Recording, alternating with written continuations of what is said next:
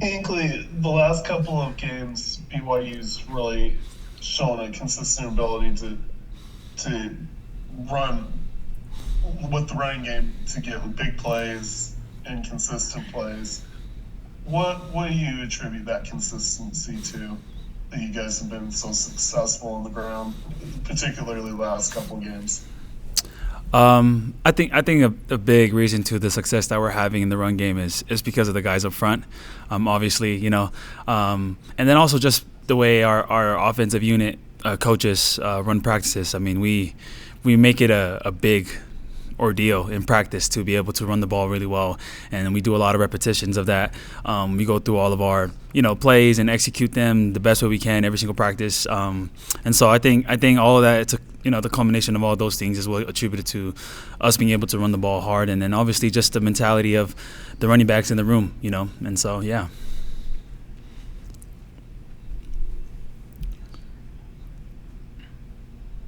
Hinckley, there are a lot of guys that don't know what it's like to play against Utah now because it's been a couple of years. What is it like? How do you describe it to them when remembering the game you were at in 2021? And Yeah. what's the experience like?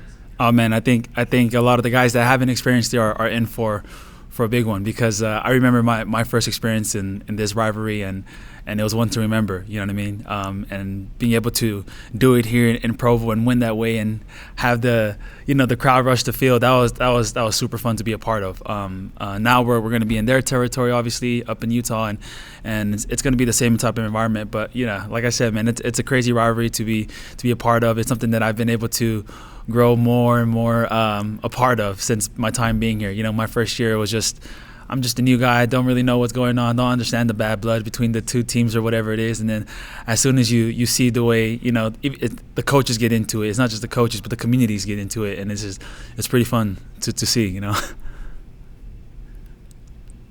remember that Aaron Roderick, after that 2021 game, talked about how important it was to keep running the ball despite Utah's defense being so good against the run. I know Tyler Algier had a big game. Yeah. Jaron Hall had a big game. That probably is going to carry over because they've got a good defense again. How nice is it to, what's that like for you and the running backs to shoulder that responsibility and be ready for it against a good defense? Oh, most definitely. I mean, it's something we take a lot of pride in. As a running back unit, it's something that we look forward to every game, not just facing really great defense like Utah, but it's every game. I think that's the recipe to winning game, is running the ball really great and then being able to play great defense. And so I think we've been able to do that consistently, within the last few weeks. And I mean, it just goes to show, right? So yeah. Thanks, Jared. We'll take our next questions from Jake Hatch and then Mitch Harper. Hinckley, I wanted to ask you, do you enjoy playing in hostile environments? I actually do. I do enjoy playing in hostile environments. One of the things that actually A-Rod always tells us whenever we go on the road is our goal is to always make the crowd silent, and we love when we're able to do that on away games, and that's something that we enjoy doing. So yeah. I also wanted to ask you to evaluate your play to this point in the season. I know you've dealt with some minor injuries along the way, but how do you feel like you've come back from what cost you a season a year ago? It's honestly been, like you said. I mean, obviously it's been a journey dealing with the injuries and all that, but it's been great to be able to stay healthy and to be able to contribute wherever I can. I think that's always been my mentality, is to be able to help the team win in whenever way that may be, whether that's on the bench and cheering the guys on and making sure everyone is doing their 111th, or on the field running the ball hard and trying to bring that energy and momentum to our side of the ball. So it's been a super I guess full circle moment to be able to finally be healthy and contribute week in and week out. So yeah. How much have you been enjoying the juggling of being a father and a college football player and a husband too? How much have you been enjoying that? It's been super fun. I mean, obviously stressful a bit, but not too much as people would think. Just because I have an amazing support group with my wife and my in-laws who help so much with that. But it's been super fun to be able to, these last 6 weeks, to see how much they grow, and it's something that I've really enjoyed.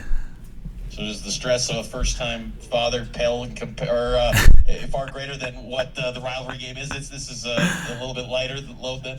Most definitely, I think it actually puts things into perspective. Like this is, like you said, it's the stress of being a father. I think is so much more than anything else that I've experienced. So yeah. Thanks. Hinckley, what is your first memory of meeting Jake Retzlaff, and what were your first impressions of him? Oh man, my first memory, I think the first time I saw him, I was already told beforehand that he was a JUCO kid, right? And so I did my research on him and saw, the type of numbers he was putting up, and I was like, okay, this guy's a baller. And so when he came in, we kind of already had that, that commonality of just both being, JUCO guys, and so we hit it off right away. Dude's a great guy. He's funny, and just the way he approaches the game, I respect so much, and I think that's why we got along so well. It's just how much he prepares and how much he takes his game so very serious, and how well he plays, and so yeah. And then just has it surprised you that the success he's had, or did you kind of recognize that talent pretty much from the beginning? I think everyone recognized that talent right away. I mean, just the things that he does in practice. I still remember one of my first experiences with him, being back from injury, and my first practices with him. So I remember one time he threw a ball, and I looked at him and was all like, yep. I didn't agree with the decision he made, and I talked to him about it, and he said it wasn't a bad decision, just a bad ball. It just goes to show, the kind of player he is and the confidence that he has in his abilities, and it definitely exudes to the rest of the offense. Thanks, Jay. We'll take our last questions from Jared Lloyd. Wait, how much do you guys I know you guys approach each week as a Super Bowl, but how much do you guys look back and just appreciate what you've been able to accomplish to this point in the season? One of only 5 undefeated teams at this point.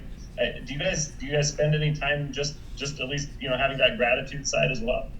Oh, most definitely. I think that's a big thing that Coach Kalani preaches to us, week in and week out, is to be grateful for what we've been able to accomplish so far, but then to look forward to how much more we can still accomplish. And I think that's the one thing that makes this team so different, is that we're not focused on what we've already done, what we're looking forward to, the new week. And so we kind of take every week as it is, and like guys mentioned before, every week is a Super Bowl. Every week is, for us, is a new statement. And so that's something that Coach Kalani always preaches to us week in and week out. And so I think that's been a huge contributor to why we've been able to have the success we've been able to have, is just because we just focus at the task at hand. You know what I mean?